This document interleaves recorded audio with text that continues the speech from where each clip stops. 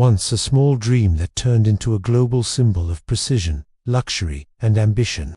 This is the story of Rolex, a name that has come to define excellence in watchmaking. Yet behind every shining face of gold and steel, there is a story of vision, struggle, and triumph. This is more than a tale about watches, it is a story about the pursuit of perfection. Rolex began in 1905, in the bustling heart of London, England. Its founder, Hans Wilsdorf, was a young German entrepreneur with a passion for precision and innovation. At just 24 years old, he dreamed of creating wristwatches that were not only elegant but also extraordinarily reliable, a daring idea in a time when pocket watches were the norm. Wilsdorf believed that a wristwatch could be more than a fashion accessory. He imagined a world where every second could be measured with exactness, where craftsmanship and reliability would become one. And so, he started Wilsdorf and Davis, importing Swiss movements and placing them into quality watch cases. It was a modest beginning, but it carried the seeds of what would become a global icon. Those early years were far from easy. Wristwatches were considered fragile and unreliable. Convincing people to trust them was no small feat. Retailers were skeptical, and customers preferred traditional pocket watches. But Wilsdorf was relentless. He invested everything into quality, precision, and a name that would stick. In 1908, he registered the brand we now know as Rolex. Legend has it that the name came to him in a moment of inspiration, short, easy to pronounce in any language, and evocative of luxury.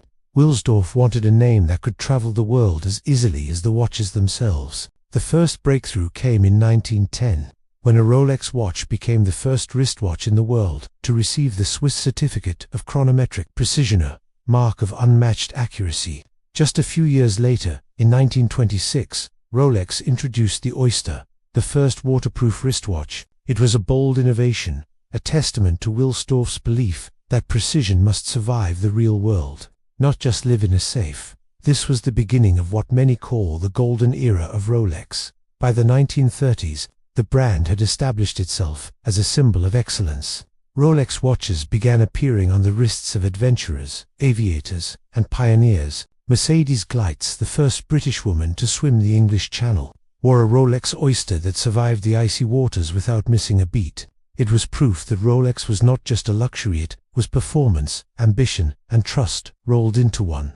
Rolex continued to innovate. In 1945, it introduced the Datejust, the first self-winding watch with an automatically changing date on the dial. In 1953, the Submariner conquered the depths of the ocean, a watch built for divers and explorers alike. Each model carried the promise of reliability and elegance. Awards, partnerships, and record-breaking feats followed. Rolex was no longer just a company, it had become a legend. But even giants faced challenges. As the world moved into the 1970s and 1980s, the Swiss watch industry confronted the so-called Quartz Crisis. The emergence of battery-powered watches from Japan threatened traditional mechanical watchmakers.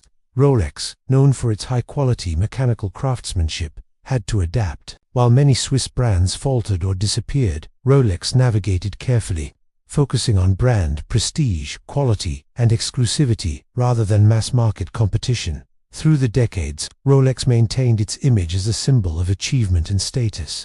Its watches became synonymous with milestones, graduations, awards, conquests, and exploration. But success came at a cost. The pressure to innovate, maintain quality, and uphold the brand's prestige was immense.